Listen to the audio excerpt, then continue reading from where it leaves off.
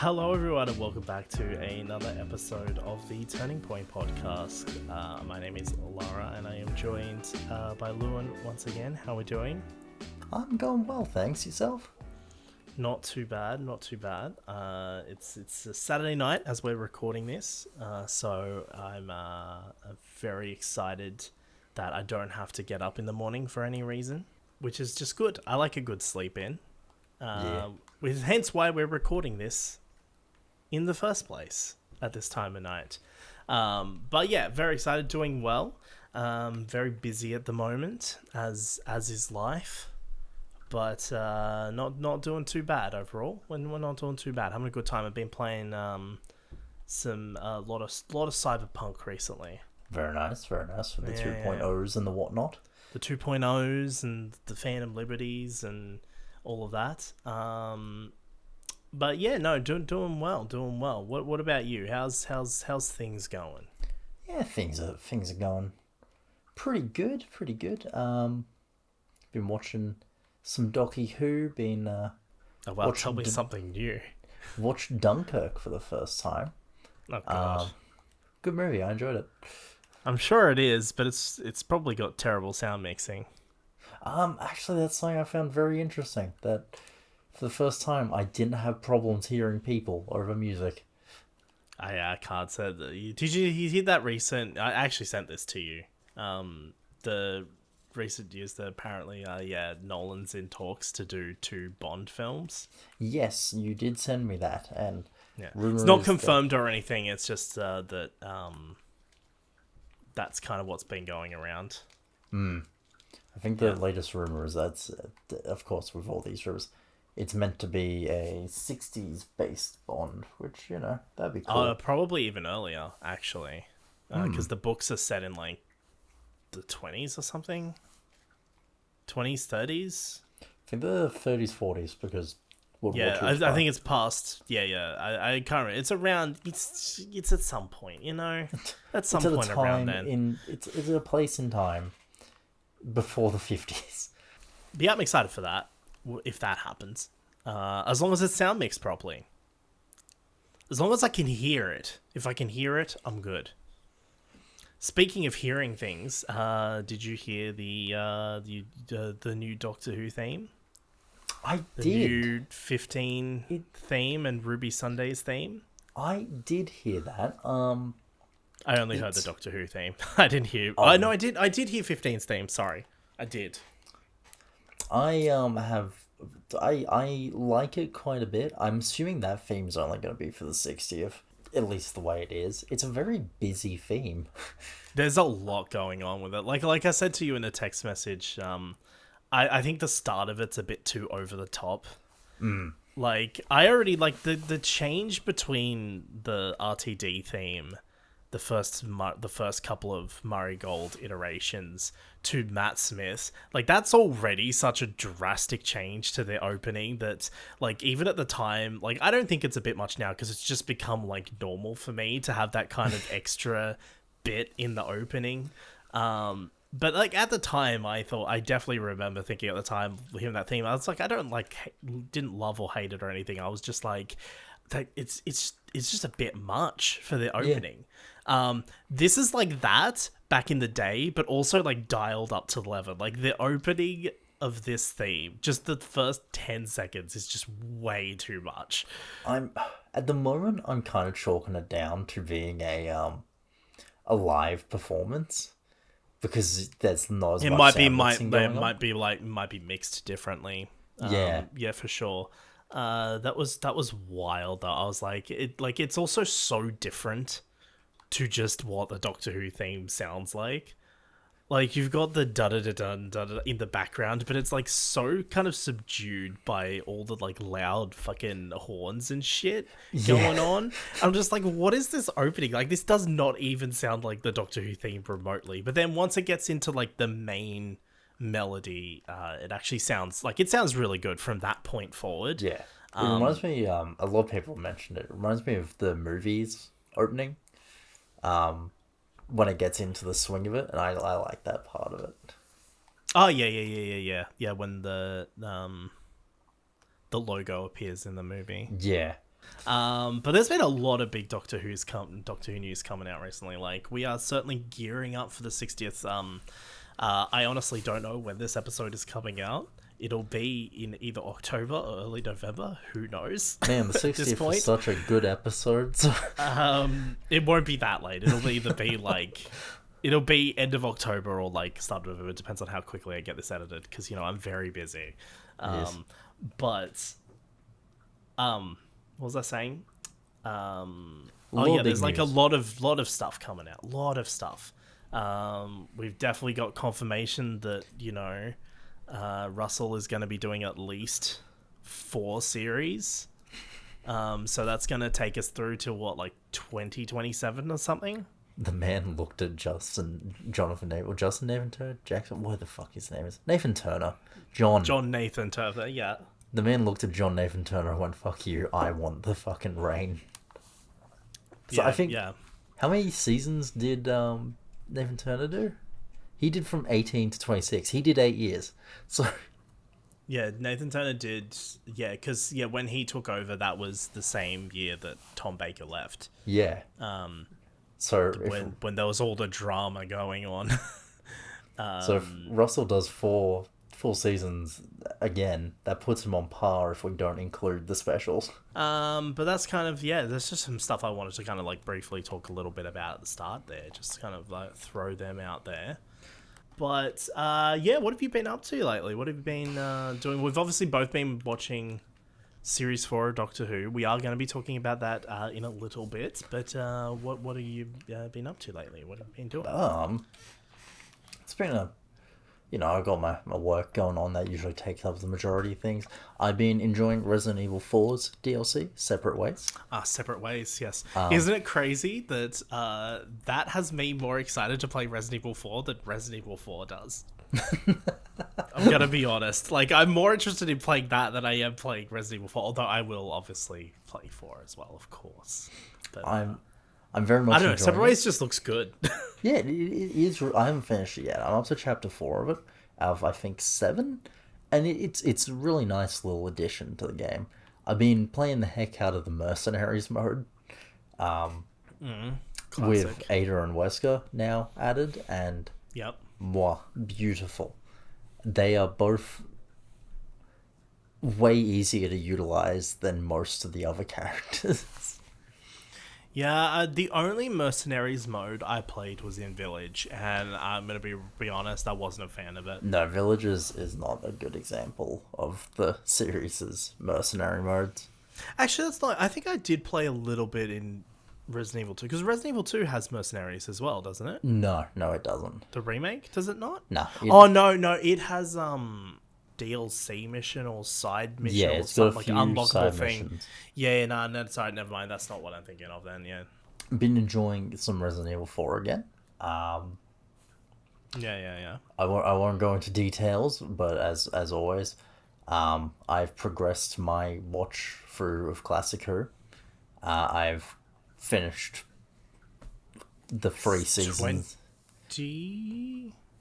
Yeah, I finished... So since BritBox took it all away, I've had to resort to just what I own. So I've watched 3 seasons of Tom Baker. I've watched both seasons of Peter Davidson that I own as of 2 nights ago. I have thoughts about that, but they can wait for another time. And... is this going to be one of those things where we're going to have, differing opinions? Okay, for all intents... Season 20 is a great season. I enjoyed it far more than Season 19. That's a fair enough assessment, yeah. But I got to the end of it, and I was thinking to myself, I'm like, how would I rank this season? And I was like, the King's Demon is really shaping up. I'm so excited to see where this goes. It's fucking over? What? Yeah, it's only 2 episodes. I didn't notice it was only 2 episodes. So, the Master shows up. It's paced as if it's a 4-parter. And then next thing you know, the Doctor's like, I'll leave the Master there. His TARDIS is stuck. I'm like, had the 5 Doctors not existed in that box set, the King's Demon would have been the season finale for fucking season 20. And I can't think of a more disappointing finale. I'm pretty sure Five Doctors was originally serialized as well. Yeah. No, actually, might not have been. 'Cause I think they re-aired it as a serialized thing, actually. Yeah. I think it was originally a special, actually. It was, yeah. For all intents and purposes, King's Demons is the final episode, and it also introduces Chameleon. Yep, Chameleon. Yep. Iconic 80s character, which is also seen as like Chameleon is always the go-to when people talk about how like shit 80s Doctor Who is. They always point out Chameleon for some reason. I'm like, Chameleon's in like 2 stories. Like, I'm pretty sure he's literally just in this story, and then he doesn't appear again until like Planet of Fire. I'm pretty sure. Maybe he has like a minor appearance somewhere, but I know he's not. Like, people talk as him if he's like an actual companion. He's not. He gets put into the fucking background of the TARDIS for however long, and then he dies. Yeah, well, yeah, he becomes the master for a bit. That's fun. But yeah, I definitely want to catch up on some classic Doctor Who, because like I said, there's so much of it I haven't seen. But like these collection box sets, they're just too expensive for me right now. Like, I've had to skip season 20, which is the one that I wanted to get. Like, I was going to prioritize that season over everything else because I love fucking Peter Davison's run on the show. So I was going to buy that, but like I literally just like, I can't afford it. It's too expensive. And also here in Australia now, they are ridiculous. They're like $120, $130, something like that. Like, it's just ridiculous. Like, I am going to buy them from cheaper sources. I'm not buying them from Australian sellers. Fuck that. Like, that's a ridiculous price. But it's just more having the money to do it, you know? So we'll see what happens with the collection box sets. My goal is to collect them all. But we'll see. I might have a lot of the shitty Blu-ray re-releases, maybe. Because they're going to be cheaper than the original sets, for sure. Is there anything else you've been doing besides classic Doctor Who? There's been a small bit. Like, finished Metroid for the first time, the classic original one. Yeah, that was an interesting but very short game. I mean, it was an NES game, so I don't know what I was expecting.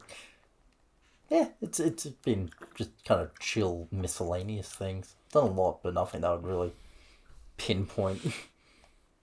Yeah, now I'm going to ask this question without going into a rant about it. I just want to hear your take. Assassin's Creed, how's that going?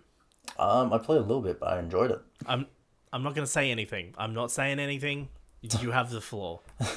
Well, I haven't played that much of it so far, but I have enjoyed what I've played.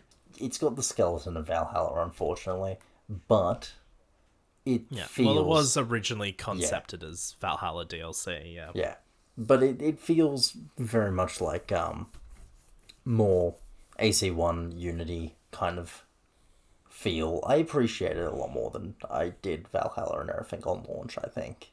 I am keen to play more. That's good. That's good. It has been a bit of a hit with a lot of people. A lot of people are really enjoying it from what I've seen.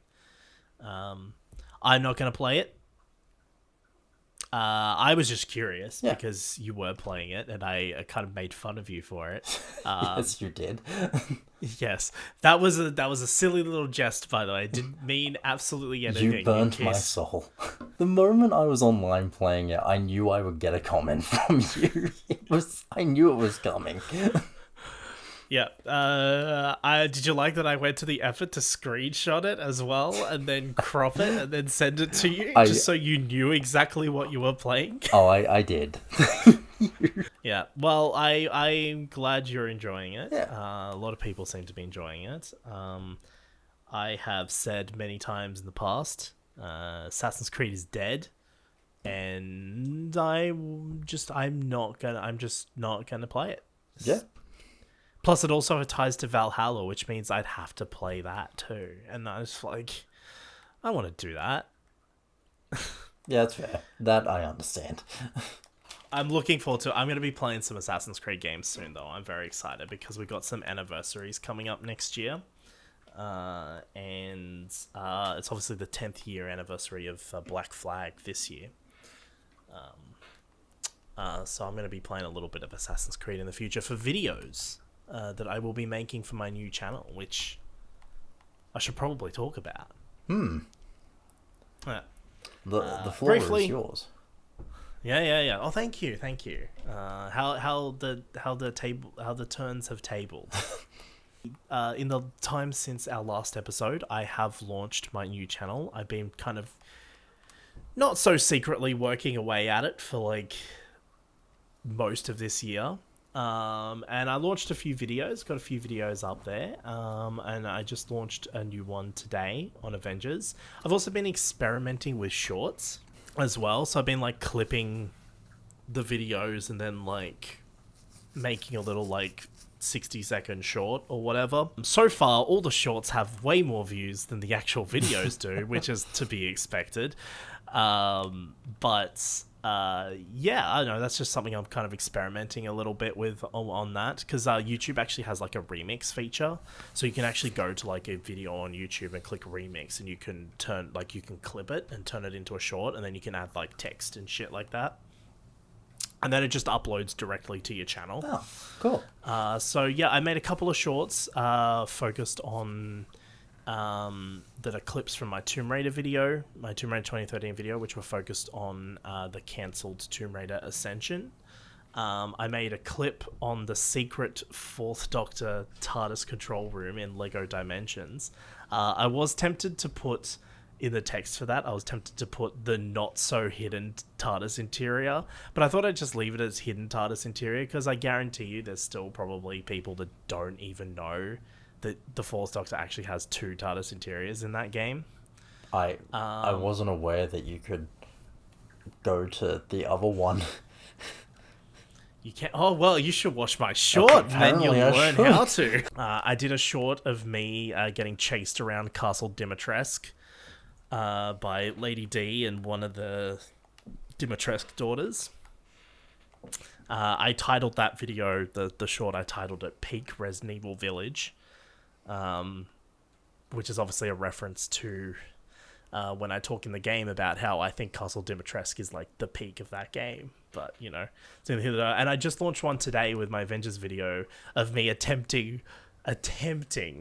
to play Spider-Man in Marvel's Avengers, and it just does not go well. Because oh my god, is Spider-Man shit in that game. So shit.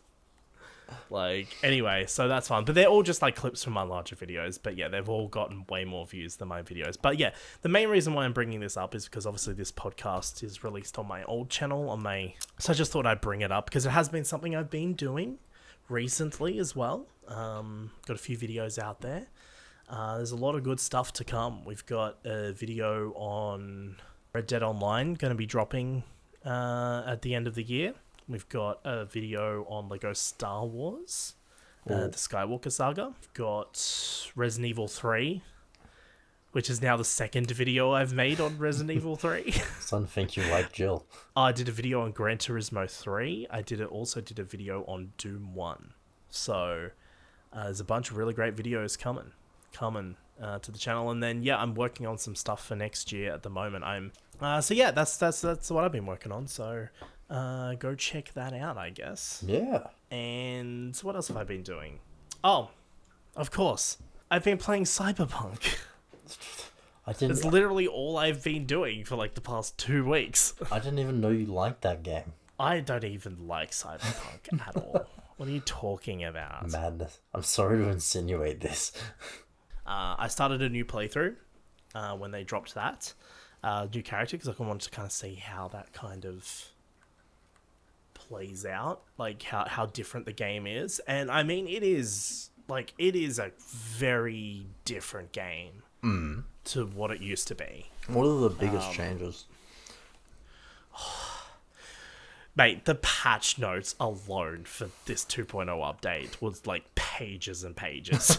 But it wasn't like pages and pages of bug fixes. Like, you remember the original like patches for this game? Like, those were just pages and pages of just bug fixes. This is like pages and pages of just general changes and content and just all sorts of shit. So the biggest changes mostly... and this isn't even getting into Phantom Liberty or anything. Obviously, this is just the base game and what's changed with that. So the entire perks tree has been completely overhauled, which meant I had to sit there in my save and organize my perk tree for a little bit, because they obviously, when they overhauled the perk tree, they refund all your perk points so you can redistribute them. But that's entirely overhauled now. It's simplified. There's a lot less useless perks. Because you might remember in the original game you had like the different pages. Like you had like a perk tree for handguns and like assault rifles. Yeah. And, like, it was very messy. It's been streamlined now. So the way the perk system works now is you have different tiers of the perk tree, and you unlock each tier as you level up that specific attribute. So as you level up, but then they're on like a path too. So like you have to unlock previous perks to be able to unlock a certain perk. But there's like a level of progression now, rather than before you could kind of just pick any perks you want and, you know, do whatever you want. And while there was still the progression of leveling up your character, it was more just sporadic and random, where now you actually have proper progression in tiers that you have to unlock as you play. Big change. Oh, and now also, by the way, added you can now refund perk points at any point in time, by the way. So if you're like playing through the game and then you're like, oh, I want to try a different build, you can just refund your perk points. You can just click on them individually, refund whatever perk points you don't want anymore, and then spec them into other things. So that's something you can do as well. The other big change is vehicle combat. Yeah. That's probably, I mean, that's kind of the thing that they were kind of selling as like, this is like the thing, but really the biggest change is the perk tree. Like, but yeah, vehicle combat's fun. I really enjoy vehicle combat. It works way better than I thought it was going to. Because originally, when they said vehicle combat, I thought it was going to be like first-person vehicle combat, because that's what they showed off in the trailers. Like, you'd be driving the car, and then in the cockpit, you can pull out the cockpit in the car. You can pull out your gun and shoot out the window. But thankfully, the vehicle combat actually has a third-person system as well, for just when you're driving the car in third person. And the way that works is that will auto-lock on to enemy vehicles, and you just shoot your gun. So you can just drive around, move the camera, but you don't have to worry about like specific aiming, but you can aim if you want to as well. So that's a lot of fun. The biggest issue with the whole vehicle combat system is it's obviously a home system that has been implemented years after the base game. Yeah. So the base game, obviously, there's no way for the base game to really utilize this system.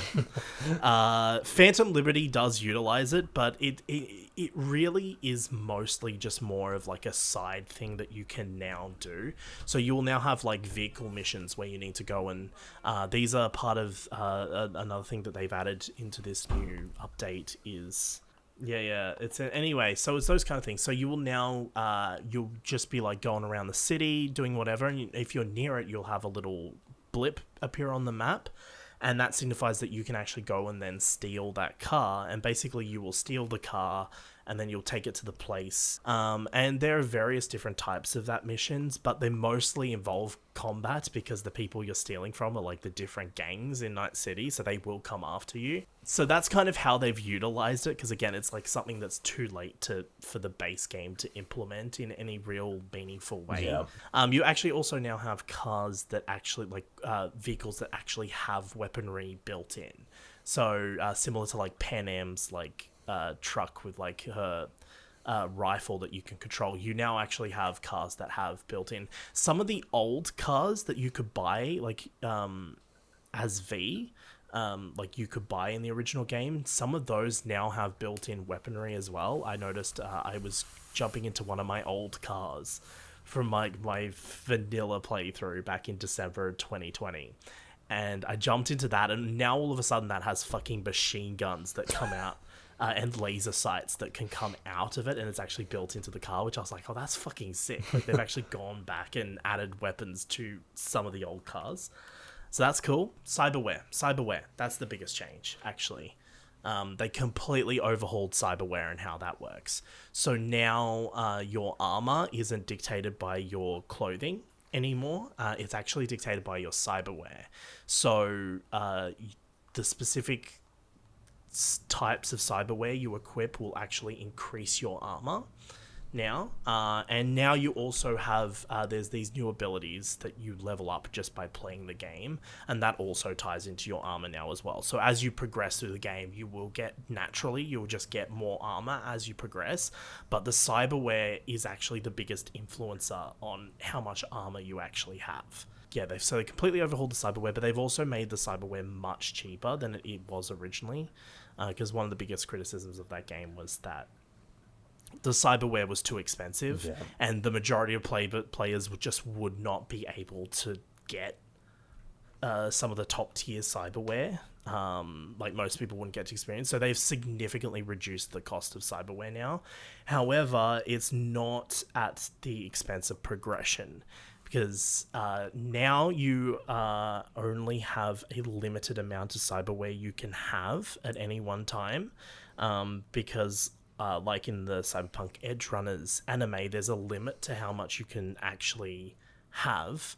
Now, in the game, they don't have like a full cyber psycho system or anything, but the concept's the same. Yeah. It's basically like there's only a limit to how much cyberware you can have at any one time. And that, again, like the armor will level up over time. And like with the armor, and like with that, if you spec into specific perks, you will also increase that. So, yeah, they've changed kind of how character building works completely. Okay. They've changed how crafting works, but also crafting is still just as useless as it was, so it's neither here nor there. Clothing's completely different now. Clothing is mostly purely cosmetic now, which, to be honest, if I'm going to criticize anything in this update, I don't see the point in doing that at all. It's because the game already has a transmog system, which they introduced in the last major update, 1.6 last year. So, like, you could make outfits and shit and do all that. So, that made the armor more cosmetic. So then it became a thing of now it didn't matter what armor you equipped. You could always just transmog an outfit over the top and you always look great. But now that they've completely removed that whole thing, it kind of it now defeats the whole purpose of the transmog system altogether now. So it's, it's a whatever now, because I mean, I suppose you could still use that to make like outfits, but you can just equip whatever you want in the slots and it does the same thing now. So that's a change. Okay. The other thing that's changed is enemy scaling. So now enemies will scale to your level no matter what point of the game you're at, which means you're not going to get to the late game stage anymore and you're just going to be ridiculously overpowered. Like you were in the base game, because basically the way OG Cyberpunk worked is you would get to a certain point in the game and then the game becomes piss easy because you're just too overpowered for all the enemies in the fucking game, because it's just the leveling was fucking all over the place. Yeah. But that also applies to every area in Night City now. In the original game, early on, if you went to certain areas, those enemies in certain areas would be higher level than you. And so different areas have different enemies. That's completely gone now. So now all enemies in the game will scale to your level. But yeah, at this point, I've only played Act 1 in a new playthrough. But I'd say that Act 1 has been very different to the previous 2 times I've played Act 1. Just from a gameplay perspective. It took me a bit to get used to the new quick hacking thing, I will say. Like, I fell into my old routine quite a few times early on and realized, oh fuck, I've just fucked the whole encounter up and now I have to shoot my way out because because I just fell into the routine of the quick hacking and doing that, but I realized that doesn't work anymore. So yeah, it's forced me to kind of step out of my comfort zone a little bit, which is nice. Phantom Liberty, I'm not going to talk too much on Phantom Liberty because one, I'm still playing it. I have to restart it, so that's fun. I will say Phantom Liberty is very different from the base game. It's tonally very different. It's got like a very different vibe. Dogtown is the new location in Phantom Liberty. It's basically just like a part of Pacifica that was locked off before. Dogtown's really cool. It's only a few like blocks. Like it's not like this big like it's not like what's the one from The Witcher 3 from Blood and Wine? Chisholm? Yeah, it's not like that. It's not like this whole big new map. It's like it's a small section of Night City that was previously locked off, and now it's you can go to it, and it's really only like a few city blocks. Like it's not like this big area, but like visually, it's very visually different to any other part of Night City. I've heard a lot of people praising the new location. It's great. It's so well designed. Like it's a really well designed location.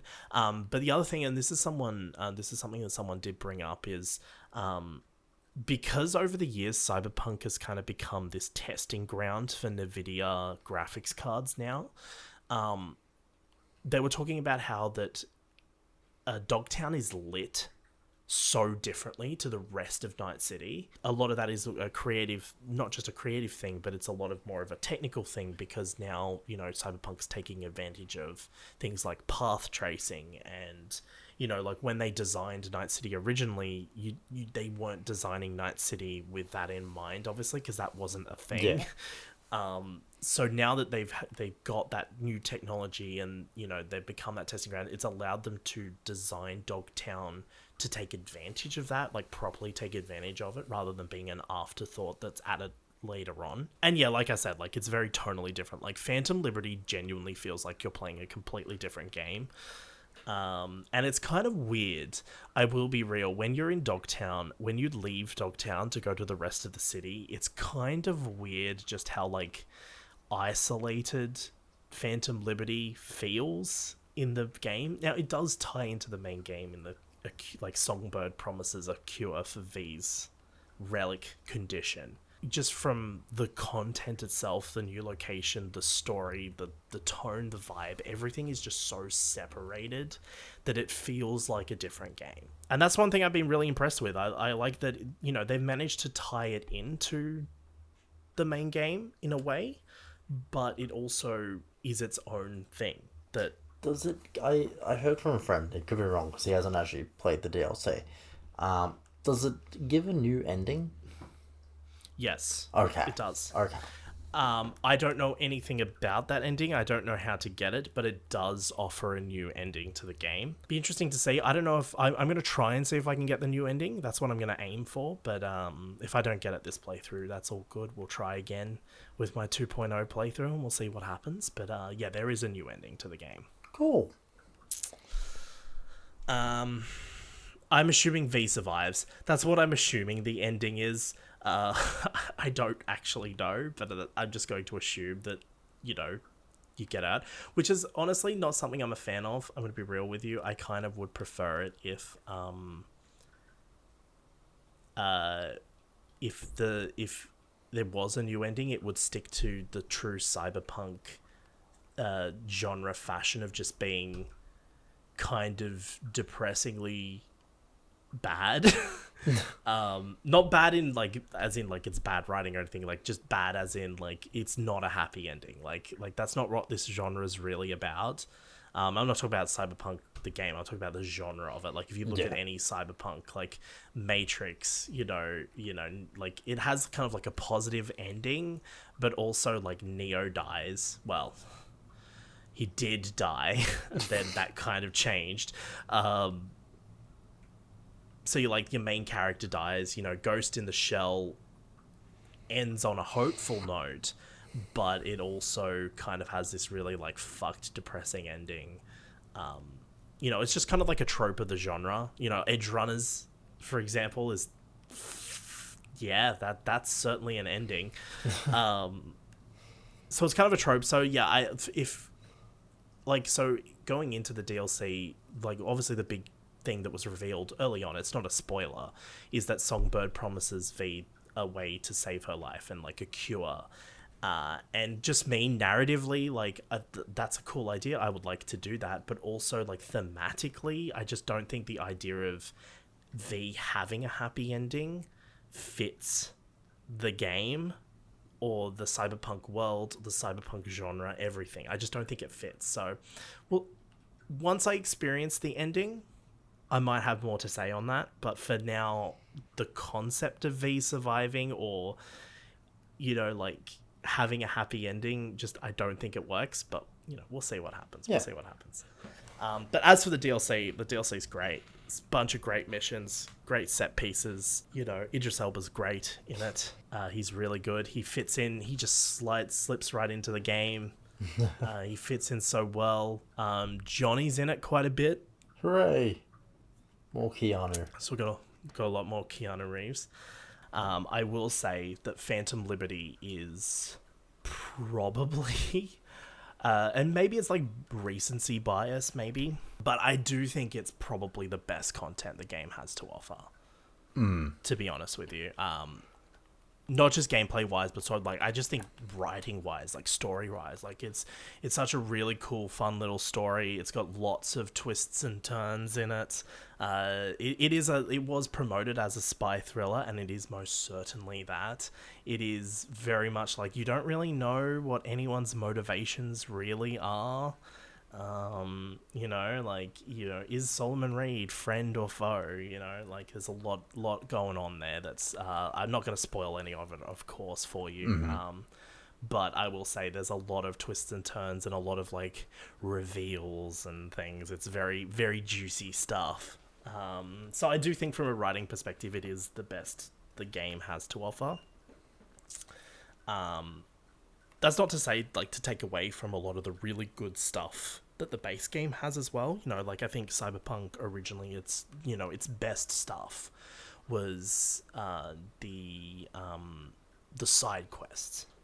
You know, the with the highlight being, you know, the romances, the romance quest lines, and the actual, like, missions that lead to the romance were always, like, really top tier. Just amazing character writing and amazing work there. So, like, not to take away from that, but I think just as an overall package, Phantom Liberty is probably by far the best thing this game has to offer right now. I'm sorry, I'd usually say it's probably not recency bias, given that Phantom Liberty has the benefit of having all of the original game's criticism thrown behind it. Yeah, well, I mean, yeah, Phantom Liberty wasn't developed till even conceived. Well, I mean, it was conceived, like, originally they were obviously planning for 2 expansions, but in terms of what the actual expansions will be, that was not even conceived until after the base game came out, you know. Anyway, Judy is still best girl. So that's my thoughts. I don't have enough evidence to fight you on that, so I'll agree. Yep. I want to talk, so we are going to talk about Series 4, like I said to you, Lewin, like, I don't have a hell of a lot I want to say about Series 4 as a whole. And there's not, like, a hell of a lot I want to say about Ahsoka as a whole, either. There's some little things I want to talk about here and there, but, like, as a whole, like, there's not a lot I want to talk about it, which is weird, considering Ahsoka is, like, my favorite Star Wars character. So I thought we'd just, talk about both of these kind of in at the end, the last, like, kind of part of the episode here. So we'll start with Ahsoka, that recently just finished airing on Disney Plus. Obviously, little backstory into this show, Lewin, if you don't mind. Okay. I am by far this podcast's resident Dave Filoni stan. I stan Dave Filoni. He is, in my view, the only one who knows how to make proper Star Wars.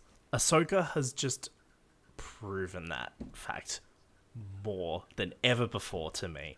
It's not his strongest hour, I will be honest. Like I've said many times, like, Dave Filoni is both equally responsible for the worst of Clone Wars, but also the best of Clone Wars. So, you know, that's why I compare him a lot to Stephen Moffat, you know? Because, like, Moffat's written some bad shit, but he's also written, like, the best Doctor Who, you know? It is true.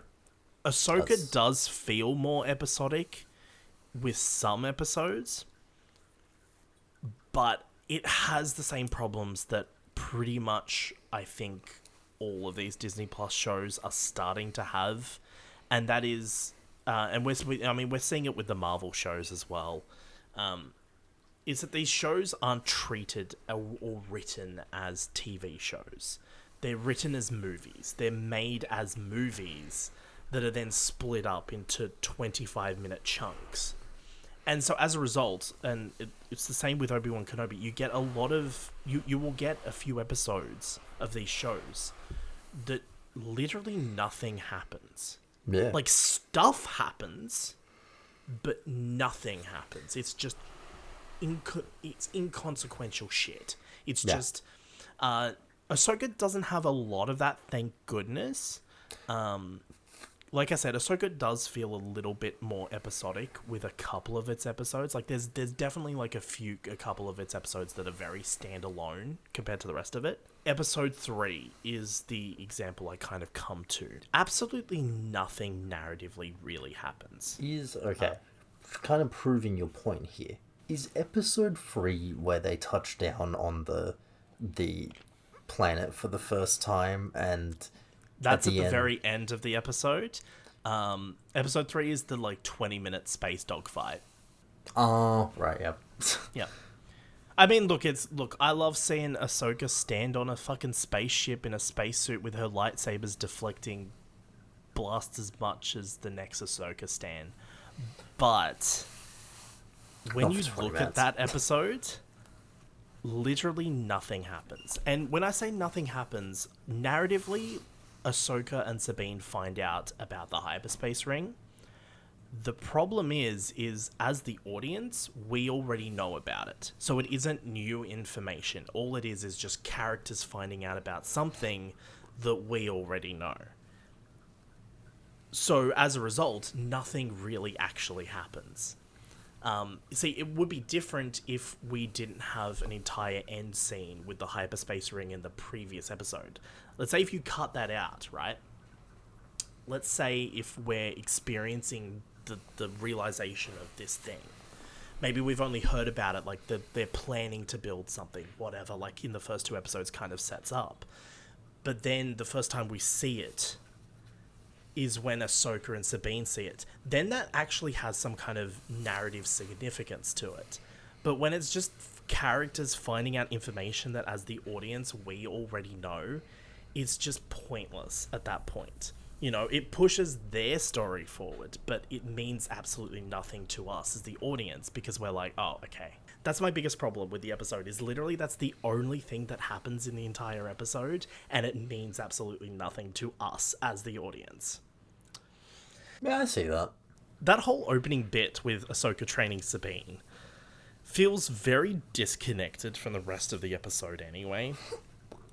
But I think from a character perspective, that's the only time, like, in the entire episode that something is actually pushing some kind of story forward. It kind of, like, what I'm kind of describing here is the easiest way to kind of sum it up is episode 3 feels like a scene in a movie rather than an episode of television. Yeah, it's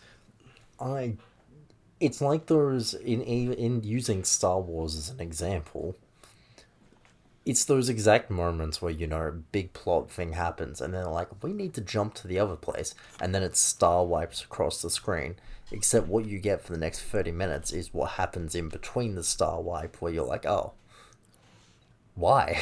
Yeah, it's basically just, it's not even like a filler episode, it's literally, I describe, because filler episodes of TV shows, right? People use the word filler to describe these kind of episodes, but this isn't a filler episode. What this is a nothing episode. Filler episodes of television shows, if it's a real, actual television show, are just self-contained episodes. They're just episodes where there's a different story going on, something different that doesn't really relate to anything else. That's a filler episode. Like, the best examples of this is if you watch Ghost in the Shell, Standalone Complex. Like, that, the name of that show, Standalone Complex, is literally what they call the different types of episodes that show has. So when you watch that show, in the opening, when it has the episode title, it'll say standalone or it'll say complex in the corner. And the complex episodes are the story arc for the entire season. That's the episodes that push the story forward. But then there's a bunch of standalone episodes that don't push the narrative forward and are just a singular adventure. That's a cool little device. I like that. Yeah, that's how they do it. That's how they did it for the first two, because then obviously things changed with Netflix's 2045. But the original run of Ghost in the Shell Standalone Complex that's how both seasons were divided. It's something that anime is very familiar to. Yeah. Given that, it adapts books, and or manga, it's like, if this isn't a part of the manga, it's filler. I mean, I guess you could counter-argue this by saying I'm pretty sure we see the Death Star in the original Star Wars movie before we have that scene with Obi-Wan Kenobi where he's like, that's no moon, it's a space station. So, I mean, I'm kind of making the same argument there, but, it's kind of contradictory. But, I mean, at the end of the day, like, it's just like, come on. Like, I'm just getting really sick and tired of these streaming shows. This like whole concept of, well, we're making an event series and this is a movie. This is like an 8-hour movie. Just make the movie. We're writing it as a movie. It's paced, but the problem with that is because you're writing what is essentially, well, it's not even an 8-hour movie. It's 8 episodes, but they're like half-hour long. Yes, well, actually, Ahsoka's got some Ahsoka's got some hour-long episodes. So yeah, let's say like 6 hours. Let's just round it to 6. You're looking at 2 to 3 movies. Movies are 2.5 hours long. Yeah. Or 2 hours long. Not even. Some of the big movies are longer than that. But most movies are about 2 hours. Movies are written the way they are because they need to be paced a certain way to tell the story in the amount of time they have to tell the story. Like, writing a TV show and writing a movie are two very different philosophies of how to write a story. They're very different things.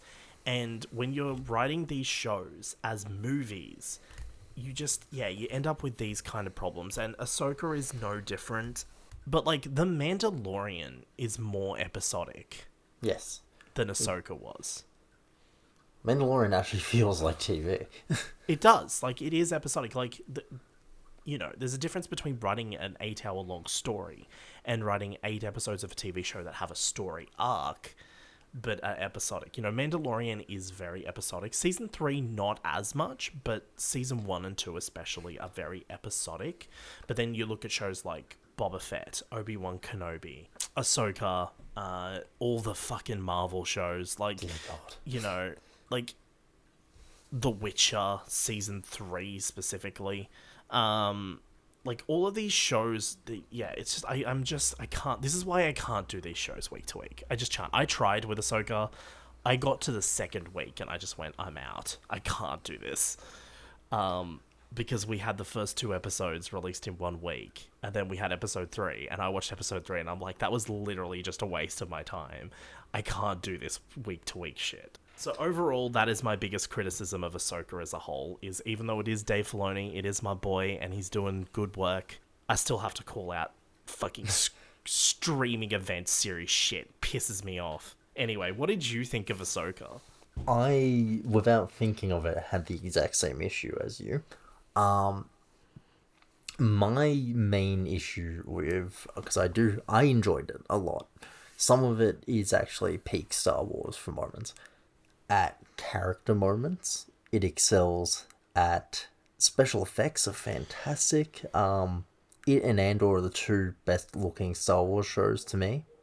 I think pretty much all the actors were pretty on point. I think this has a fantastic cast. Absolutely.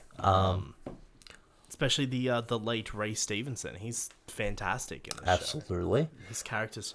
I don't get the whole thing with his apprentice. I think she's kind of a shit character, to be honest, but like she's alright. I like Shin. I think Shin's at an early point in development where, she'll grow. I think she'll become more interesting over time. I just think she's kind of a shit character in this, but it's neither here nor there. Some of the writing is a bit sometimes, sorry, Dave.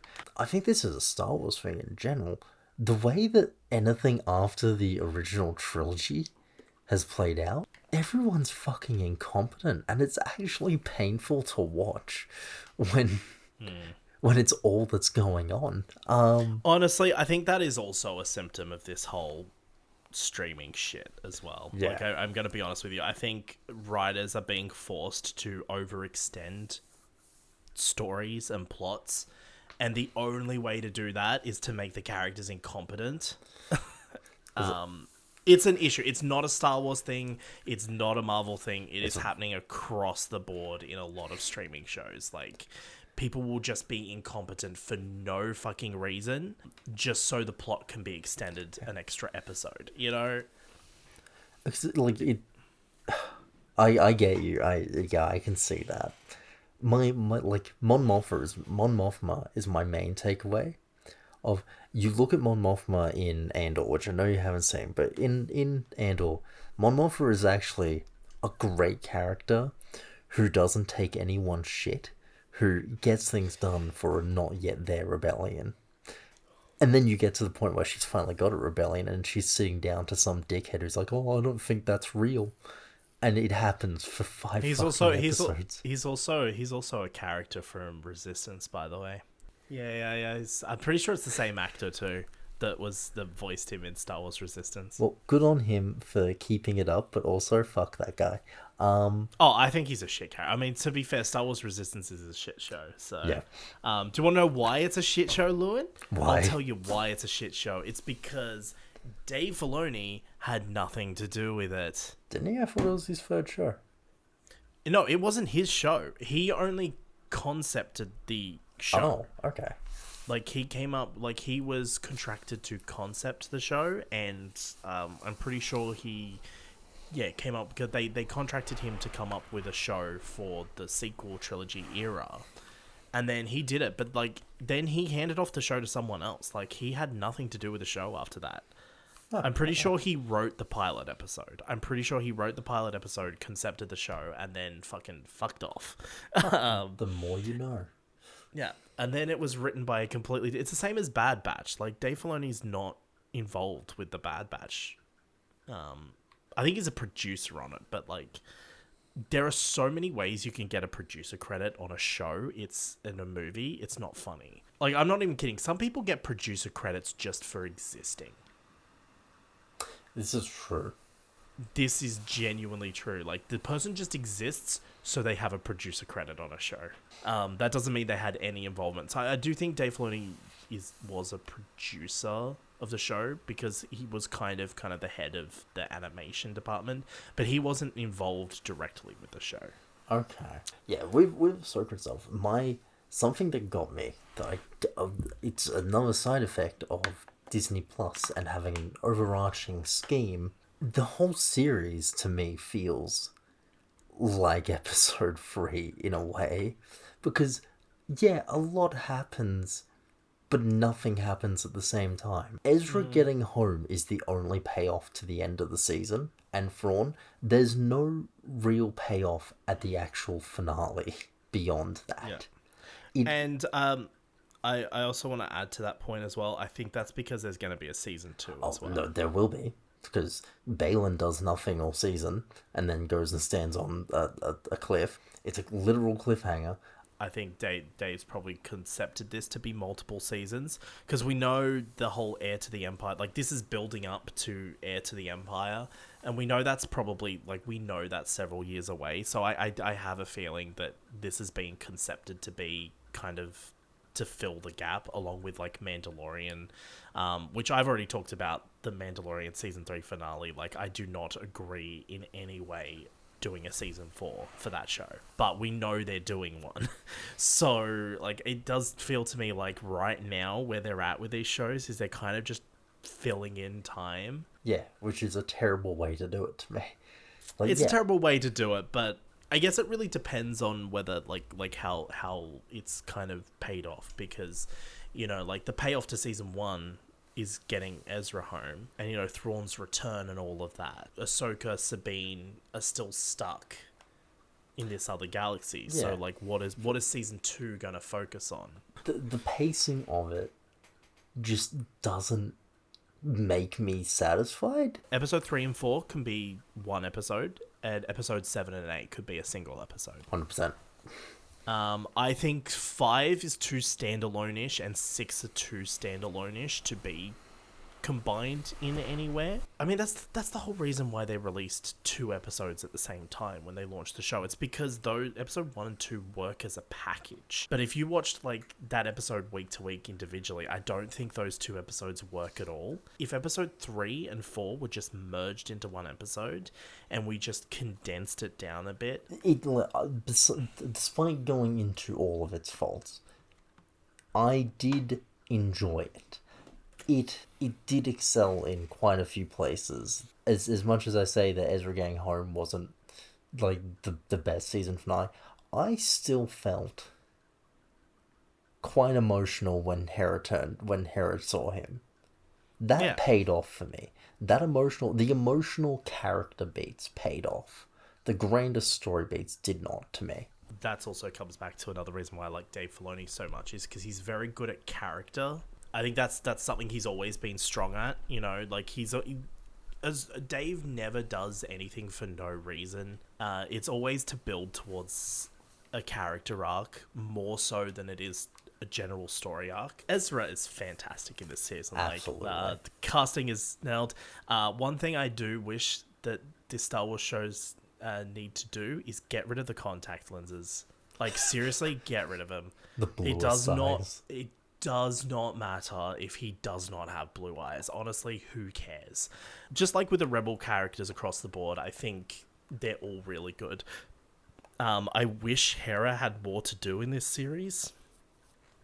She kind of just does a lot of standing around. So I hope in future seasons and future shows or whatever, I hope they give her a little bit more to do.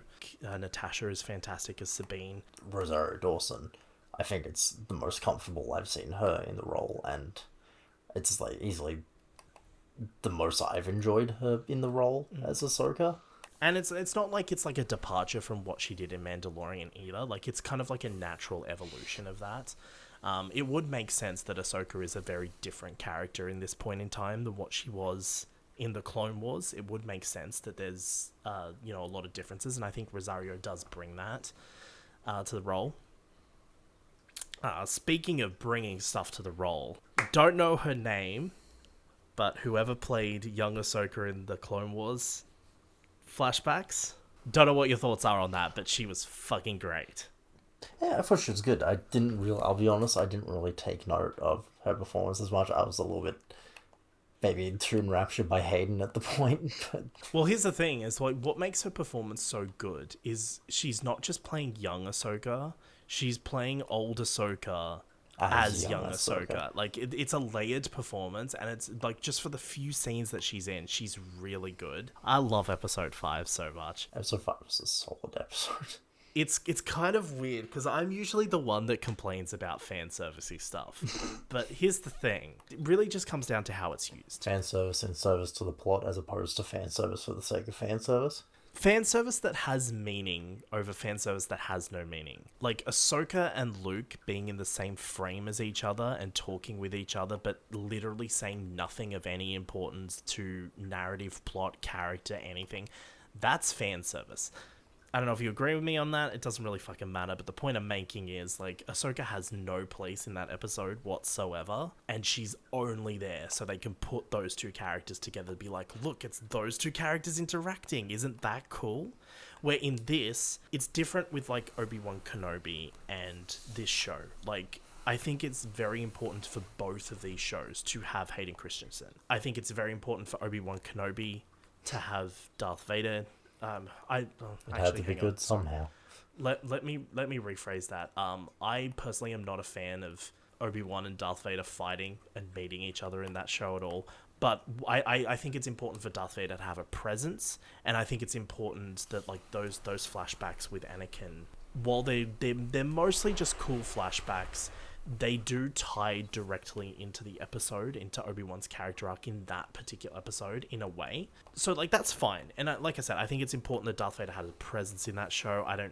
necessarily agree with what they did in the final episode, but in this show, it's very much the same. I think Anakin is so important as a character to Ahsoka that he has to be in this show, in whatever form they go with. And they literally did fucking everything you could think of, really, didn't they? The only thing they didn't do is literally bring him back from the dead.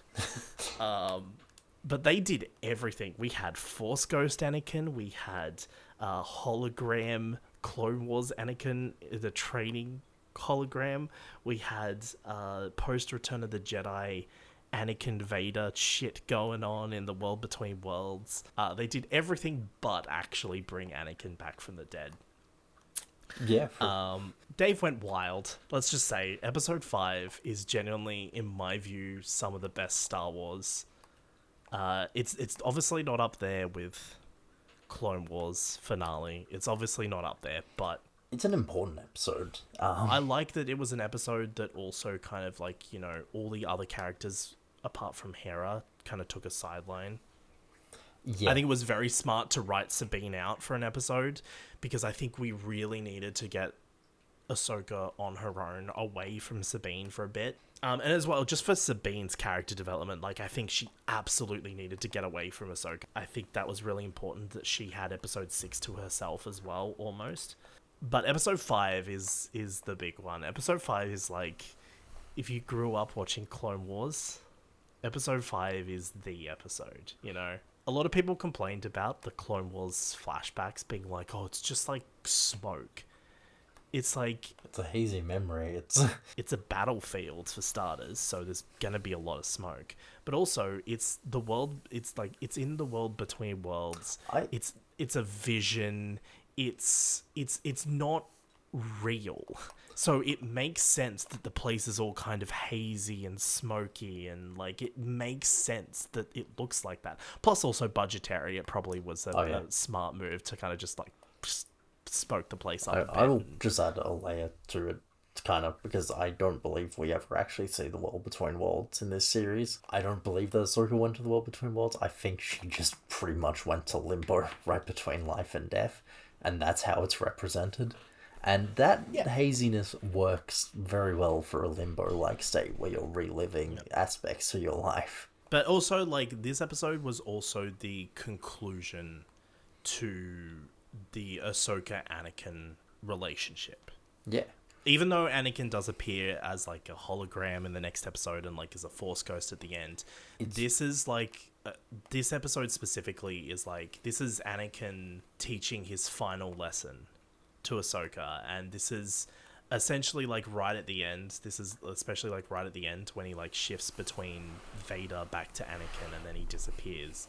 The whole thematic purpose of the episode is Ahsoka accepting the past and, you know, accepting that, you know, she can't change. Because like up until this point, you know, she's been living with so much guilt over that this is her moving on from that, and we see that then visually with a literal baptism. But like thematically, that's what this episode is. It's her letting go of the past, and it's her accepting. It's uncrossing Vader and Anakin. She can still have fond memories and recollections and remember that Anakin trained her to be the best Jedi that she could without having to worry about, because Anakin trained me, will I go to the dark side? Am I just like him? It's uncrossing those barriers. Yeah. And that's also something that's like set up way back in Clone Wars, because, you know, the way Anakin trains Ahsoka is very... I mean, that's something this episode literally points out to you when Anakin literally says that, like, I have to teach you to be a soldier. You know, like it goes back to in the Clone Wars, like, Anakin was very much a very unorthodox teacher. And we also see that visually represented. A lot of people say that she has like Sith eyes. It's not. It's just the reflection of the red lightsaber. But like that is done very deliberately. Like, you know, that whole point of that moment where she has the lightsaber to Anakin's throat, basically, and when she leans in closer, that is her to. That is a literal visual representation of that concept of like taking the good with the bad but then she throws the lightsaber away, and you know, I think for me at least, the way I read it, it's not really. Ahsoka isn't a Jedi. I think that's like this series is presenting her as one, which is something that I'm kind of iffy over because like, my partner and I watched the Ahsoka Essential episodes and things so that she could watch. Yeah, so she could watch at least some of Ahsoka.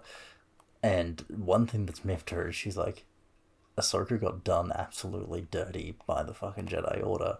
Why is she off acting like them again? And I was like, oh yeah, she kind of does, doesn't she? It's something that I'm not a big fan of in this series, I will be honest. I don't like that she's kind of gone back to that ways. But I think this episode, I think, kind of makes up for it. I think episode 5's the turning point. I think I think for me, at least how I read it, is it's her kind of accepting who she is and who she wants to be. And that's neither, like, that's not really in line with the Jedi, but it's also, like, dark side either, but it's also not what she's been doing for the past, like, 20, 30 years, where she's just been, like, taking all that guilt. Like, it's her letting go of that and just her being... And that, like, again, like, she becomes, like, people talked about, she becomes Ahsoka the White, Like, yeah, that's kind of, like, my read from that whole kind of baptism scene. Her, like, because her whole costuming changes for the rest of the season after this. I find that her personality changes quite drastically. She does, well. yeah. She's and I think that's that's definitely a result. Like, yeah, her in the very last episodes are very different. People were a lot talking about in the early episodes, especially, that, her acting was very wooden. And I'm like, and I was pretty faithful in, because Rosario Dawson's a good actress, and I was also pretty faithful in Dave Filoni's writing that it was very much on purpose that she's acting this way. Like, it's very on purpose. But yeah, I think that's great. And then, of course, you have episode 5, which is a big Clone Wars episode, and that's immediately followed up by a big Rebels episode. Like, if you've watched episode 6 is for you. Like, you've got Thrawn. Obviously, a lot of people complained about Lars Mikkelsen physically as Thrawn, but, I mean, I think it makes sense. Thrawn's also in his 60s. Yeah, like, I think it makes sense.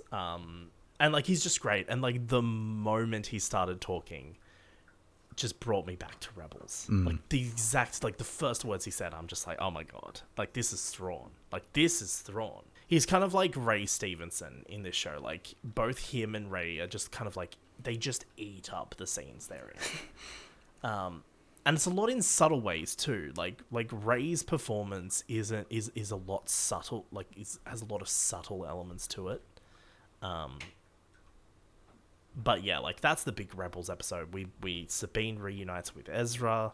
That's the first time we've seen Ezra in the series. Thrawn's back. Ahsoka's barely in it. She's just in the opening scene.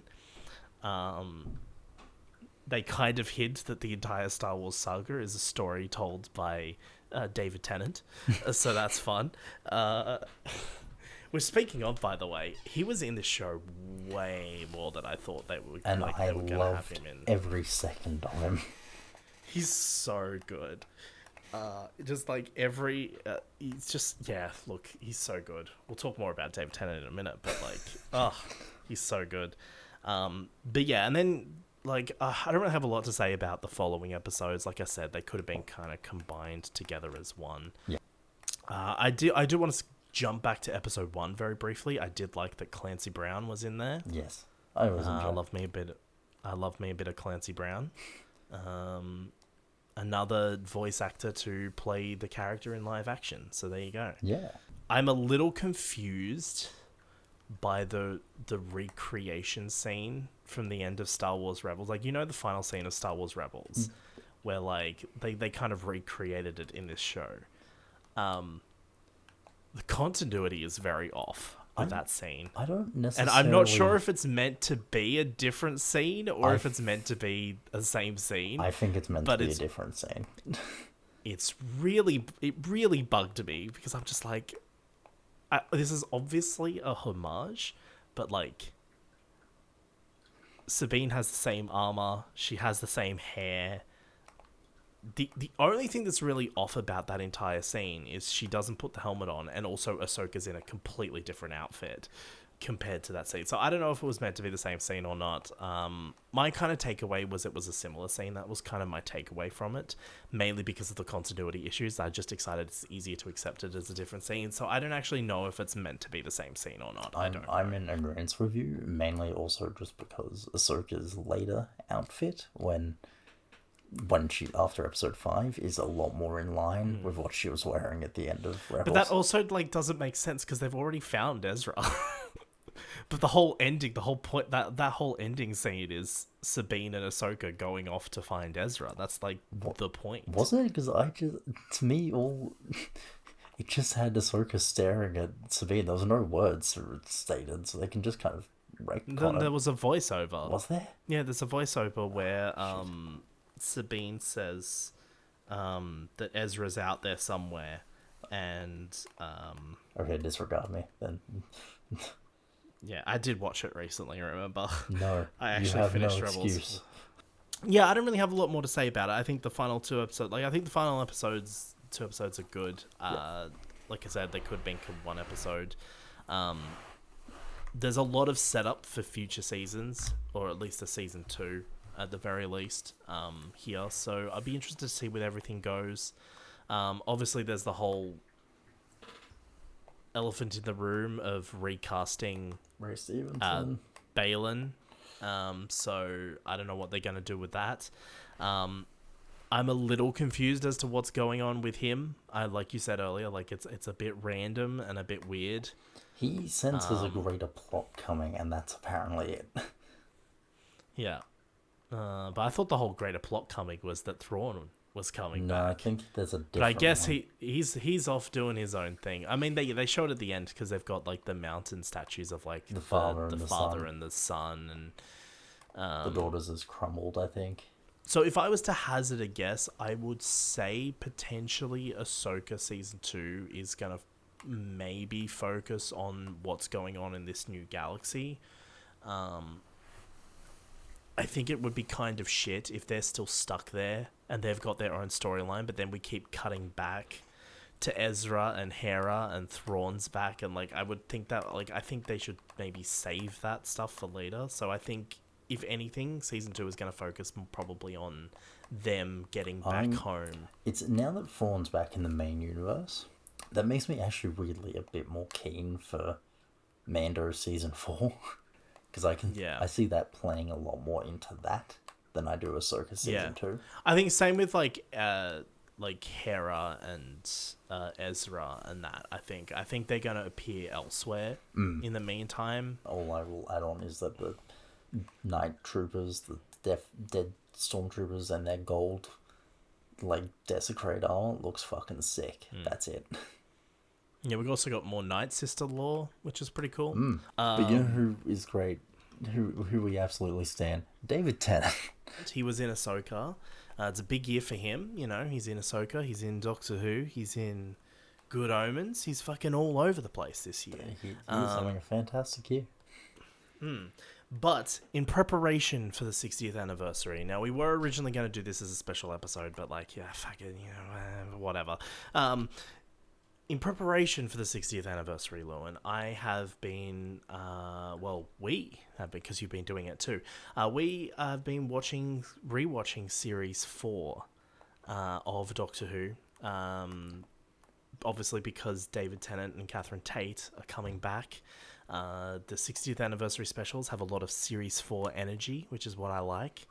But yeah, we've been rewatching those. Now, at the time of recording this, we haven't finished our rewatches yet, but, you know, we've seen this show many times. We've talked about it enough time. Like, we know what we're talking about.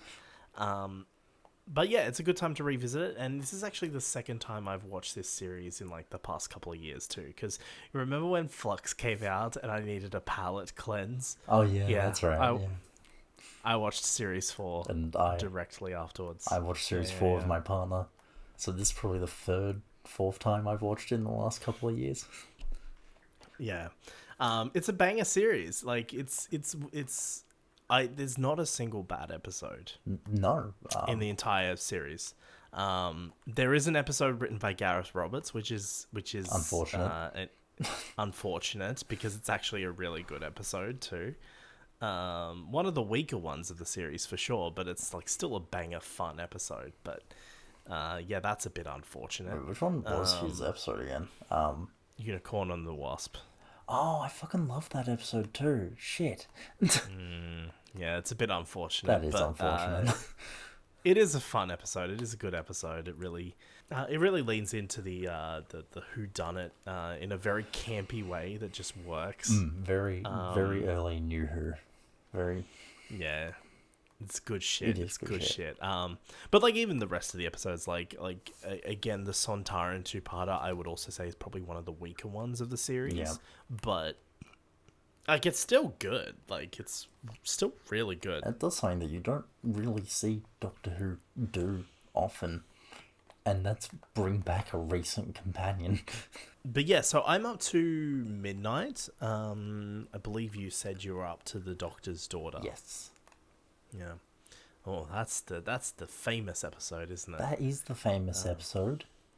It is. It is where David Tennant became the son-in-law of the Fifth Doctor. And the Doctor's daughter actually became the Doctor's wife, as well as continuing to be the Doctor's daughter, both fictional and in reality. It is an absolute mess. It is literally something that you would only get with Doctor Who. But yeah, that's kind of cool. I do enjoy it. Have the Big Finish ever done a Fifth Doctor and Jenny? Yes, actually, it was in their Once and Future 60th anniversary audios. I'm surprised they didn't do it earlier, to be honest. Like, it's just a fucking no-brainer, is it not? Yeah, like, frankly, same. I'm surprised David Tennant's not in it as well. Get the whole family tree. Yeah, just get everyone in there.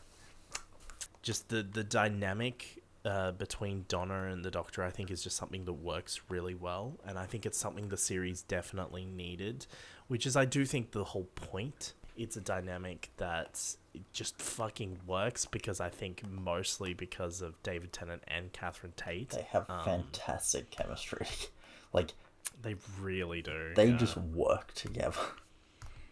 Dude, I mean, yeah, it makes sense, like, why, when, Brussels brought them specifically back for the 60th. I just like that even before the 60th was even a thing, they were like... It could be us. Do you want to... Why don't we come back? Why don't we do, like, a one-off? Like, it wasn't even the 60th they were talking about at that point in time. They were just like, oh, wouldn't it be great to come back and do another just one-off? Yeah, and Russell was like, let me talk to some people. Let me cook, and I'll get back to you. And boy, did Russell cook. If you, as we previously stated earlier in the episode, boy, did Russell cook. I'm very excited. As am I. Yeah, I think Series 4 was fucking banger episodes. What's your favorite Series 4 story? I've got a few different kind of metrics. Like, it's unfortunately, Unicorn and the Wasp is a comfort episode for me. If I need, like, a pick-me-up episode, or, like, I'm feeling ill and I just want to watch an episode of Doctor Who, it's gonna be that, most likely. I really... And it's a fantastic episode, yeah. I need salt. What is that? It's salt. Oh, that's too salty. That's too salty. Peak comedy between Donna and the Doctor. But I also love... adding them as one package. I love The Stolen Earth and Journey's End. Journey's End is just fan service galore, whilst also being a pretty good payoff to the season's plots. And Stolen Earth, I find, is a very good setup episode. It is a good setup episode. And yeah, like, I mean, like, this was, back in the days where, like, crossovers just didn't really happen. No. I mean, you did have television crossovers and stuff. Like, a lot of, like, the procedural shows had that crossovers and stuff. But Like, this was back in the day where, like, crossovers between different things just weren't commonplace like they are now. And so actually having, you know, the episode, and it wasn't just like in series 3 where just Jack turns up. Yeah. Like, we were actually seeing the Torchwood Hub, we were seeing Yanto and Gwen, and then we were cutting to Sarah Jane's house and we were seeing Luke and Mr. Smith, and like we were actually seeing these other shows. We were actually seeing these shows collide together for one thing. That was cool, and I do remember very fondly Series 4, watching it at the time. My vivid memory of Series 4, actually, is in the week in between The Stolen Earth and Journey's End. I went to the Doctor Who website, back when the Doctor Who website was actually good. And they had like little audio snippet previews of Journey's End, the next episode. And one of them was the line from Davros where he goes, the voice is different, but the arrogance is unchanged. And obviously the cliffhanger is a regeneration. So I was like obviously they didn't. I was like, that is such a vivid memory for me. I don't even think I've actually told you about this. No, I think this is the first time I'm telling the story. But yeah, it was like a little soundbite on the Doctor Who website as kind of like a little sneak peek, little preview like they used to do in the week leading up to. It was just a little soundbite, and it was just that line from Davros. Oh, that's such a I sneaky remember. line. Oh, especially because it has completely different... I mean, it doesn't really have different context in the episode, because it still kind of has that same meaning to it. But because, as the audience, we were on that cliffhanger of, are we going to get a new Doctor in the next episode? I would love it if regenerations worked that way, where, like, you don't know what's going to happen, and, like, it's a shock and whatever, because obviously like a regeneration is never a shock, because like we know it's coming, we know who the new actor is, and I get like for reasons like just for reasons outside of the show, doing it that way just would not work in reality. It's a nice idea to have as a fan, to be like, oh man, wouldn't it be cool if we had like a shock regeneration and then the reveal the new Doctor is in the show.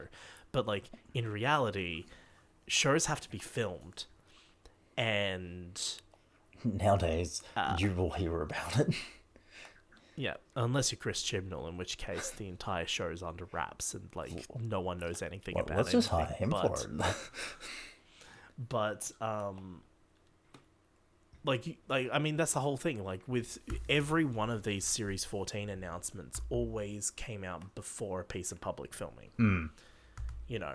And so, like, yeah, you know, but, like, the cliffhanger is kind of how we all wish a regeneration would go. It is that kind of, like, whole level of uncertainty there, of, like, not knowing what happens. It is why, I've said this before many times. When I was a kid, I had no idea about regeneration. Christopher Eccleston just fucking popped off one day, and... Popped off? He just popped off to the shops to get milk, and David Tennant was like, oh, hey, I'm going to steal this now. I was like, what the... It was the best thing to happen to me in that show, because I understood regeneration immediately. I had no idea it was ever going to happen. That Northern man was now not Scottish. Not Scottish. Not Scottish. That's exactly what the 10th Doctor is. He's just not Scottish. So I feel that, and that uncertainty was actually something that I still very much believed in by the time of Journey's End. Yeah. But yeah, sorry, I'm hijacking your story. Yes. Oh no, my story was over. Like, that was it. That's all I wanted to say. I wanted to talk about a little soundbite of Davros. Nice. It's fucking amazing. It's good stuff. That's a fun little story. I find with season 4, I don't know if you find this way, it kind of feels like that's when the show hit its, like, weird maturity. Like, not maturity in, like, the, oh yeah, this is mature sense. But it hit its, I guess peak is the word I want. Like, season 3 is where it kind of found its place. And season 4 is kind of where it got to the top. And it's kind of coasted from there, and then it has waves. I don't know if you feel the same. Well, I mean, it's oh no, like season 4 and like season 5 are like peak Doctor Who. Like, as much as I love me a bit of Capaldi, and I love that era a lot, it's not peak Doctor Who. Series 4 is like when Series 4 and also Series 5. I think when we talk about Series 4, we should also talk about Series 5. Not in the context of what we're talking about specifically here, but in the context of that specific conversation. I think 2008 to 2010, even like a little bit of 2011, I think, as well. I think Doctor Who was at its absolute peak. Season 6A is very much also in that, I find. Yeah. I think it was very much at its peak, not just in terms of the overall quality of the show, but in terms of culturally. I think it was definitely the most popular the revived series has ever been. Yeah, you start off with a fucking massive, like, not a serious starter episode, but just a fun one, reintroducing characters. And I will just say, with Partners in Crime, the way they reintroduced Donna was kind of just... I don't know why I find it so nice, because they don't focus on it, if that makes sense. Donna just acts like she's a main character the moment she gets there. And you're like, oh yeah, it's Donna. There's no big deal. I mean, that's just Donna as a person, though. Like, Donna acts like the main character. She deserves to. She absolutely deserves to. Yeah. Obviously, season 4 is also when we get Wilf as well. Which is always great. I saw for the first time recently the footage from when her the actor for Donna's father passed away. I saw the footage from Partners in Crime with him as the actor, and it was so weird. It is weird. Yeah, no, I've seen that footage as well, and I can absolutely say that, I could not imagine Series 4 without Bernard Cribbins at all. Like, I just could not, I can't fathom that. Could you imagine End of Time with Donna's father instead? It kind of doesn't hit the same. Like, I know we never got it, so I can't really comment, but it just kind of feels like it doesn't hit the same. Yeah, well, I mean, because that was the whole point of, well, like, the reason why they brought Bernard Cribbins back, because originally it was just that, like, little appearance. He was just the weird shop man. But the reason why they brought him back is because they needed someone else. So they were just like, well, why not Wilfred just be related to Donna Noble? But yeah, I do like that Series 4 kind of feels a bit... It's both feels very standalone, but it also feels like very much part, because, like Series 1 and 2, you have Rose as kind of the connective tissue between the two Doctors and the Rose family. But then Series 3, we kind of changed that up with Martha and her family, but then the whole Rose thing is still lingering in Season 3 throughout. Yeah, Season 4 lets And even though Rose is literally in Season 4, it's different. It kind of feels like... It just feels like the characters are just kind of reset for the start of Series 4. Like, the 10th Doctor is kind of reset a bit. And I think that's just the reason why I think the Doctors work so well. And I do think, like, as much of the big of a reason of David Tennant just being a very popular actor is one of the reasons why the 10th Doctor is so beloved. I do think Series 4 is a big contributor to why the 10th Doctor is so beloved. I fully agree. I think if 10 had acted like Season 3 for one more season, you'd probably just... not like him as much, really. He'd just be that dick. And it's not even like him and like Season 3. It's not even like his characterization in Season 3 is even bad. No. It's just it's even like the relationship in like the general surface level relationship between like, I think Martha is a great companion. I think her and the 10th Doctor work very well together. It's just that kind of underlying thematic idea of her being a rebound, which then comes out in like, it only really comes out in like little remarks by the Doctor.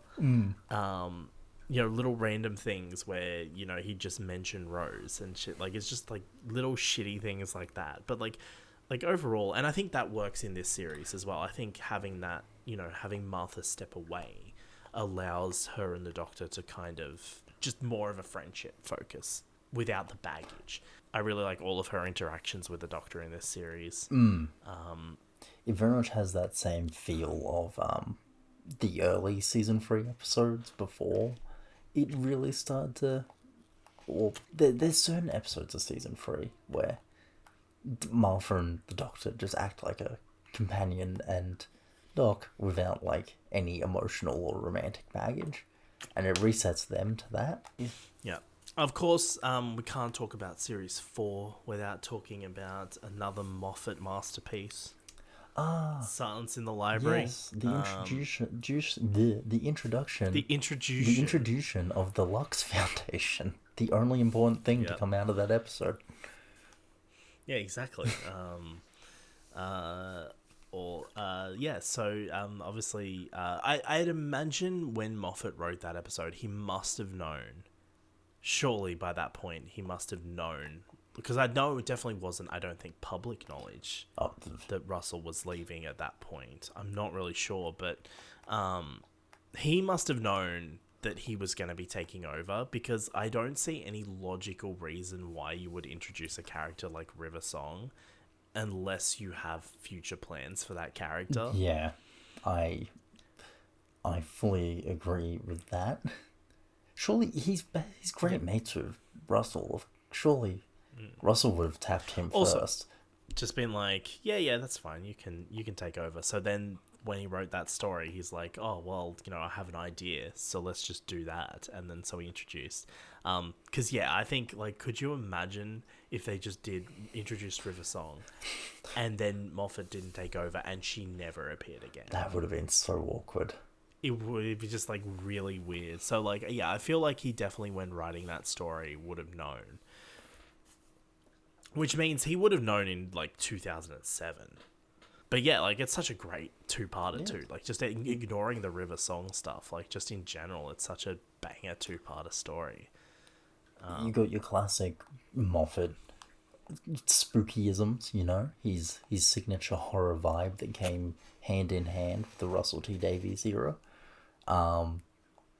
You've got his Dr. God or Dr. Hero complex that keeps popping up.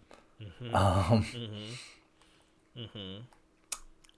was the first time the Doctor opens the TARDIS with his, like, clicking his fingers. Yes, and of course, just by virtue of River Song existing, Stephen Moffat's penchant for timey-wimey bullshit. True.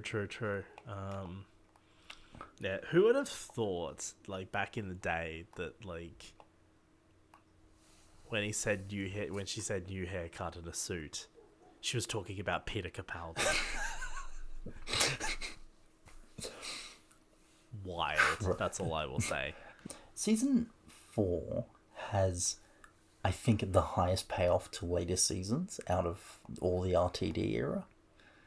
Because you've got Fires of Pompeii introduces Peter Capaldi as Caecilius, and then fucking 4 years later, and a bit more than that, 5 years later,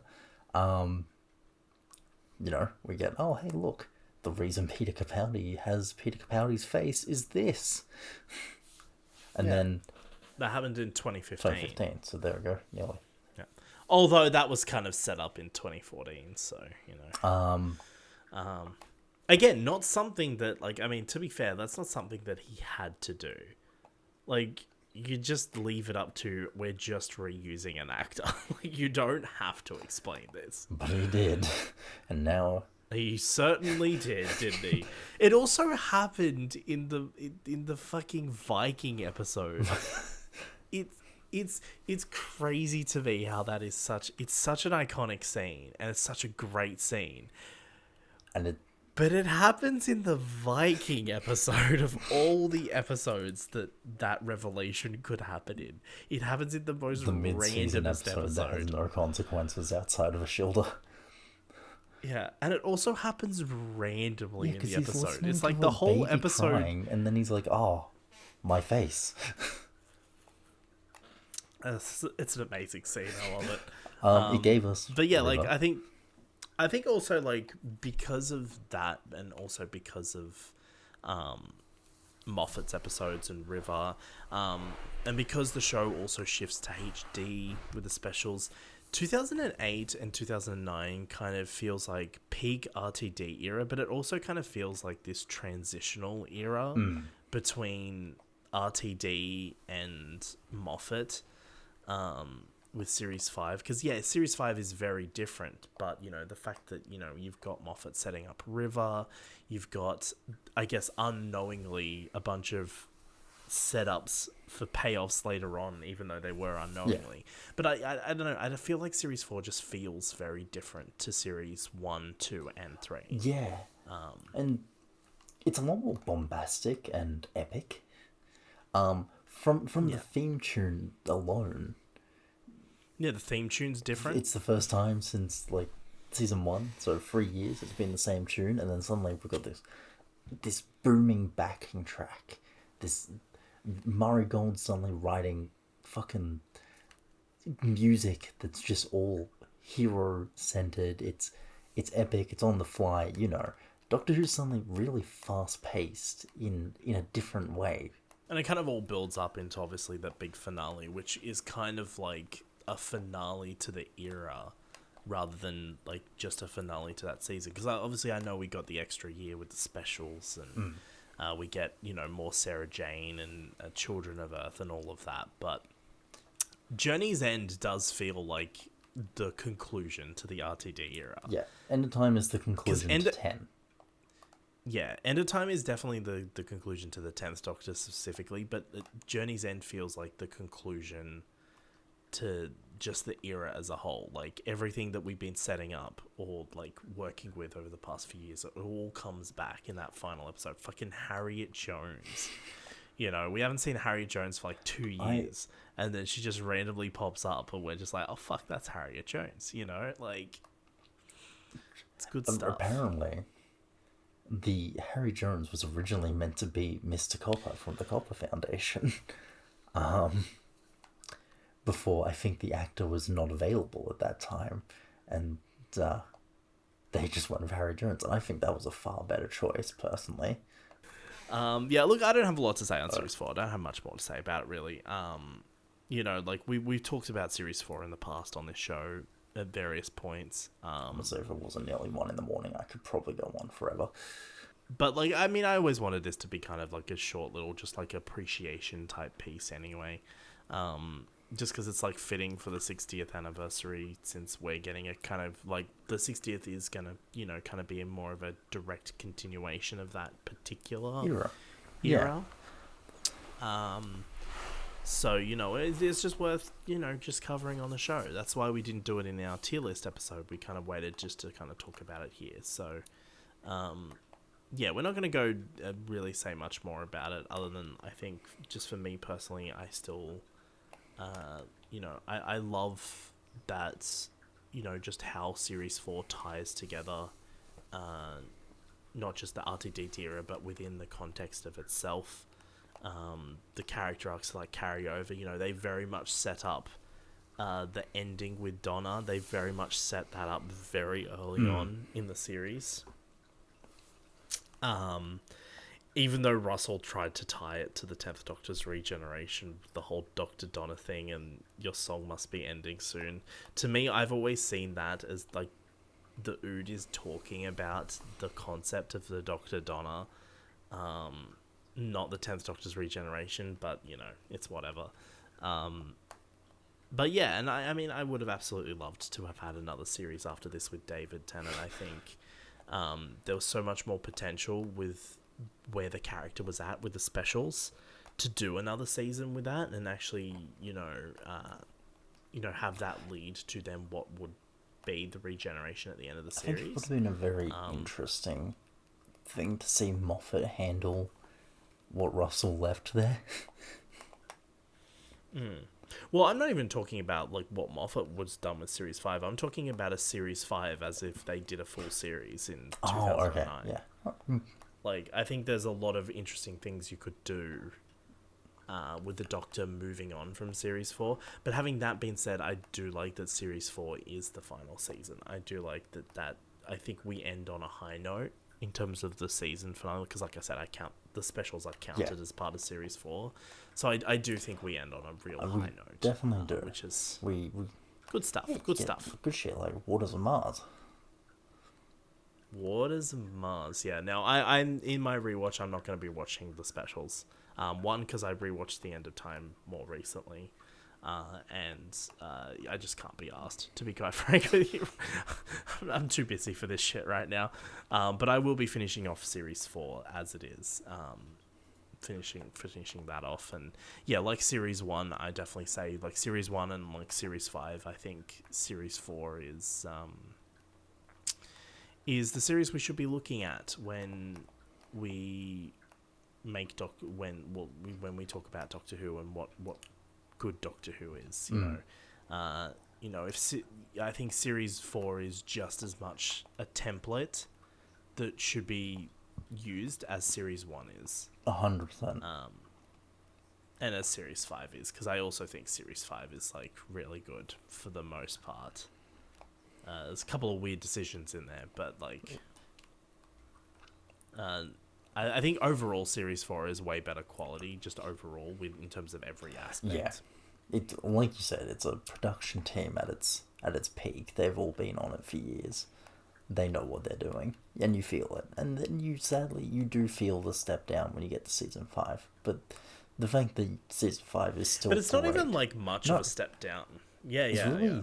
I think filming technique is really the only thing I didn't like about season 5. It's got a weird hue to it. Yeah, but then that's kind of like past that point. You know, the show's kind of had ups and downs since then. But I definitely say that's like peak Doctor Who for sure. It's just a show, isn't it? It's just a show, innit? And I mean, you know, who knows? Maybe we're gonna be jumping into our a new peak era. Fingers crossed. It all. I don't think it'll be with the 60th, but you know, who knows? Maybe with Shurigawa. Yeah, like given how fucking different his theme song is. Yeah, but also like I think Shurigawa is like very much like David Tennant in that he's a very popular actor and whose career is starting to take off. So. You know, we'll see how long we actually have him playing the Doctor before he decides to go off and do other things. I'm very interested to see if he does more than 2 seasons. Yeah, it would be interesting. I kind of hope he does. I kind of hope he does the 3. But we'll see what happens. Just because I don't want him to do 2 seasons and then the seasons be less episodes. So then he's like done like less episodes than like the Jodie Whittaker effect. Yeah, that's correct. But yeah, anyway, that kind of wraps up. I don't know if you have any other thoughts on Series 4 you just want to throw out there. Or... I just think it's an absolute banger. It is like the best comfort season to watch. Also, Series 4 is when they finally nailed the TARDIS lighting. Yes. It took them 3 full seasons, but they got there in the end. I didn't talk about it, but I feel I need to. Just by virtue of being in season 4. Midnight is an absolutely perfect Doctor-only episode, and it only works at that point in Ten's life. We didn't talk about Midnight at all, and I feel like it needs recognition.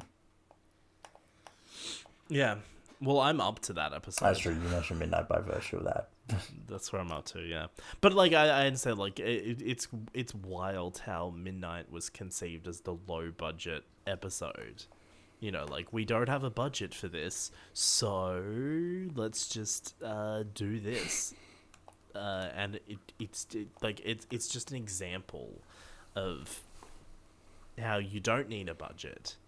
You know, you don't need fancy sets and fancy effects, you know. And more iconic duo than Doctor Who and bottle episodes. Yeah. All you need is good writing and good actors. That's it. Once you've got those two, it doesn't fucking matter how much money you've got. Like, that's just one set. It's one set, it's a small set, it's a cramped set. And it's like literally probably one of the best episodes of Doctor Who ever made. Honestly, the most expensive shot of that probably entire episode is the wide shot of the swimming pool area that Dot is hanging out in. Because that's all fucking CGI. So, like, that's probably the most expensive thing in that episode. But it's also just such a different setting to put the Doctor into as well. Especially early on. Like, he's really getting into the whole tour thing. And then it's, like, arguably, for a long time, he's, like, probably the lowest point in that series until End of Time and Waters of Mars. Absolutely. Anyway, I think we should wrap this one up here. This has been a great episode. We talked about a few bits and bobs. It's been good. We are gonna do another episode, which will be coming out in November. Fuck, maybe this episode's coming out in November too. Who knows? But that'll be obviously a celebration of Doctor Who. This is the 60th anniversary month. We're going to be looking at the anniversary specials, primarily the three main ones, so the 3 Doctors, the 5 Doctors, and of course Day of the Doctor.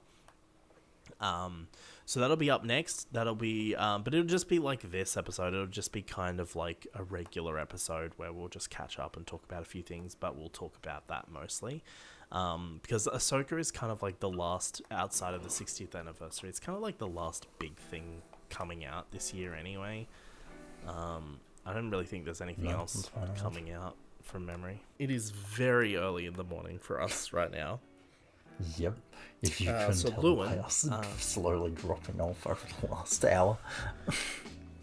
Yeah. So Lewin, feel free to take us out. Thank you for joining us for yet another Turning Point Podcast episode. I hope you all have a fantastic rest of your evenings, mornings, whatever time of day you're in. See you all next time. Adios. See ya on the flippity flip.